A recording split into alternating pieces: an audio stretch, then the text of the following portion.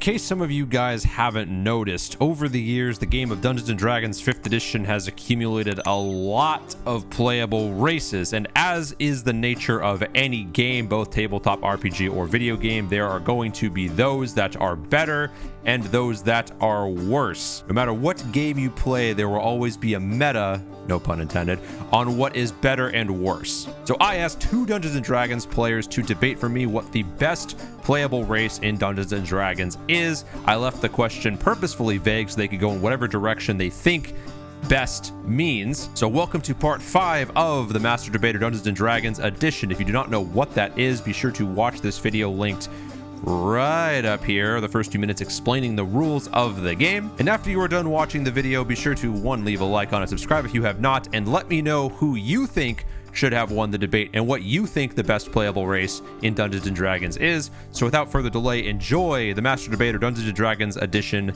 number 5. And I think what I'm going to have to do here is have Gnome Ann versus Tailspin. If you had to choose the greatest race in Dungeons & Dragons, oh wow, Sparky with a 15. Who are we cutting in half? This is the one show I have had this cut debate time in half thing for the entirety of season 2, and it's never been used. First show it gets used 4 times. Oh, no. Holy! It's lethal. Not it's so not lethal. no. Somebody call a coin flip. Gotta be tails, right? The coin flip is heads. So with that, Gnome Ann, first or second? I'm gonna go first again. 1 minute 30 on the clock for you, Gnome Ann. Your time begins now. Okay, so the best playable race is the Satyr, or Faun. It's a newer one, but there are so many reasons. So starting from, we talked about the top tier part of D&D, role play. Literally, you are a little pan nature chaos god. You have a pan flute, you have goat hooves, you can have adorable antlers.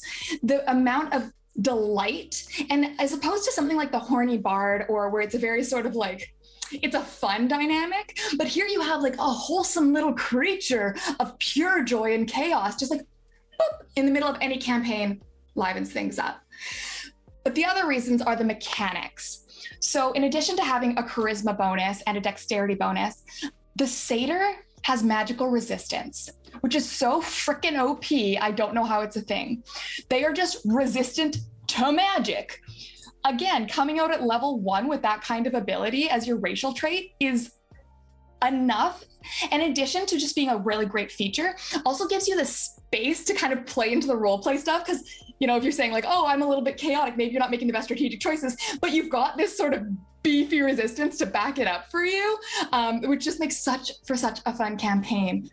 And the last point, and I think this is the last thing that makes the Satyr OP as Fook, is they are Fae. They are not humanoids. And that's time. 1 minute 30 is up. Tailspin, 45 seconds for your point to come in here. 45 seconds is up. Your time begins now. First of all, satyrs, gotta say, for them being so basic, it took them way too long to get in the books, but they are basic. Now, allow me to give you the bird, which is the Kenku, which is an amazing race, particularly because they're super fun in the fact that they mimic people, and you can play that like to the extreme of like, you literally just can't say anything that you haven't heard before, and that's all kinds of creative, and just like those restrictions that you have to put on yourself make it so that you have to be 100% more creative in how you interact and how you communicate. And the challenge alone is just, it makes it so much more satisfactory when you get through a conversation, when you get through that role play. And that is way more fun. Satyr, who hasn't seen that before? Like Mr. Tumnus from Buck. Mr. Tumnus is the last word on that one because your time is up. 1 minute 30, back over to you. Gnome Ann, argue your points. Why are you right and Tail is wrong? Your time begins now. And you're muted.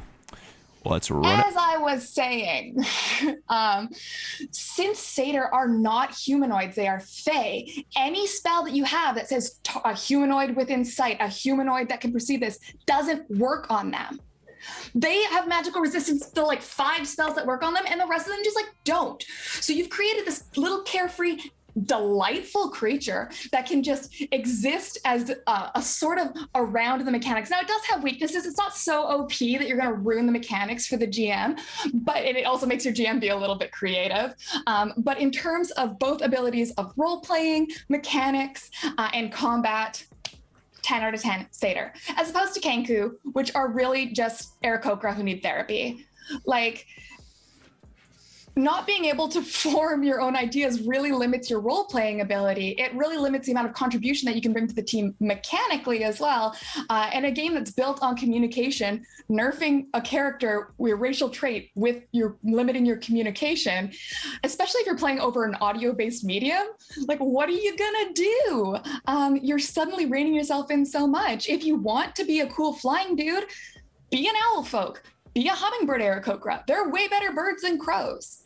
I say this as a crow lover, but there are better birds than crows. Be a freaking eagle. Be a hawk. That'd be metal as hell. You know what no one says when they see a crow? We'll never know because that is time. 45 seconds. Back to you, Tailspin. Get your blast points in. Your time begins now. All right, first of all, you want to talk about metal? A group of crows is called a murder. That is metal as hell. Like, right up the, if you get a group of them, you're already intimidating by name alone. And the idea that, like, you can't have your own thoughts, like, that's not the point of a Kenku. It's just that they can't communicate the words. They still have their own thoughts and are free thinking. It's just, like, how they communicate that, which gives you a ton of fun over audio-based media to use, like, a soundboard, record your friends, play their own words back and use them against them. You just got to be like on that next level of just like warping things people say to use it against them, which is for me a lot of fun. Not to mention wings. Well, that's time. But there's still a 1 minute back and forth period that you get to use to get any last points in. Both of your times, we should unmute both of you. 1 minute is up on the clock. Both of your times begin now. Did you enjoy that? No, no one did. See, nobody likes crows. Also, are you a group of crows? No, you're not a murder. You're one crow, one sad little crow on a like phone line somewhere. Also, I would love a soundboard, but now we're putting additional financial limitations into being able to play a character on a game that is supposed to have almost no limitations to access. I mean, or you could use your own voice, your own throat. You can just mimic your friends back at them. You can just guilt-free do impressions of your friends and be like, if it's terrible, it doesn't matter. It's part of being a Kenku. No offense. We're not all voice actors here. I know Commander is here, but the rest of us, I got like 3 voices. It's Ash Ketchum, a smoker from Jersey, and then me, the Valley Girl, and that's it. That is not enough to be a whole cast of Kenku, okay? I mean, as long as we're talking about like how these characters talk, looking at the Satyr. That's time. 1 minute is up. You know what time it is, chat? It's time to vote. Ooh. Who did it better? Who won? Who is going to move on to the finals? Tailspin or Gnome Ann? Let's go down the line of our judges and see what they think. Shrub, who did it better? So, Tail, I feel you. The halftime killed you. It killed all of us. Gnome walked away with that one. Especially, I'm sorry, but in that final round, you let her talk almost the whole way through without even, gotta talk over, get your point across a little bit. So, yeah, I gotta go with Gnome on that one. All right, that's 1 vote for Gnome Ann. Cinnabon. All right, this was definitely tricky. I love crows, I love Tail, but I do think I have to give it to Gnome. I think the verbiage she used was very so what got me was the delightful little chaotic Satyr, and it's because that's what I just think that's easier for people who are like starting out or who are familiar with the game. So yeah, I'm gonna go with Gnome, but that was good. That halftime though, oof. Yep, one time it gets used 4 times in one game. Jesus. All right, Professor, who did it better? That 45 seconds hurts. Yes, it does. But I love Kenku, and I hate Satyr because we had a Satyr in our game. He's a little shit, but at the same time, God, you tore it up. I'm a Chimera. Look at me. I got a snake tail, dragon wings, and horns, and I eat satyrs, but you win that one. Okay, it's another one from No Man. Joe Cat did it better. You know, Gnome, I don't like ad hominem attacks. I feel like that's the dirty fighting of debating. But you backed them up. You insulted the crows, but you did make good points. And like everybody says, Tailspin, the time limitation really killed you really bad, because I feel like it would have been a lot closer if you had more time. You might have even won, but no, the way you talked about Kenku, just like some of it sounded a lot more like downsides than upsides. So no, congratulations. All right. Sorry, Tailspin. We shall duel another day.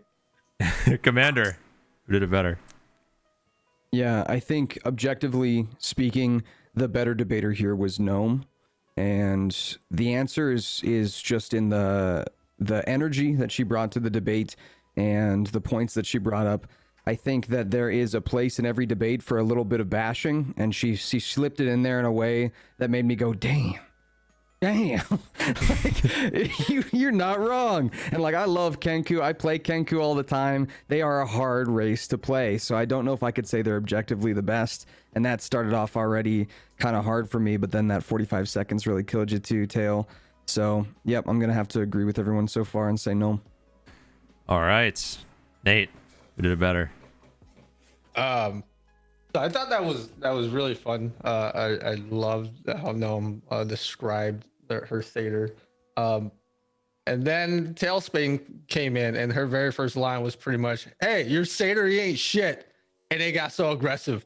It was like Tailspin woke up and chose violence this morning, and I loved it. And given I know the frustration of 45 seconds and my affinity to be a bit more chaotic, I liked how both of them described both attacking each other and described their character. I had more fun listening to Tailspin, and off that, I'm going with Tailspin. All right. Well, with that, No Man taking 60% of chat vote. No Man is going to walk away with this round. Congratulations, No Man, our first finalist of the show.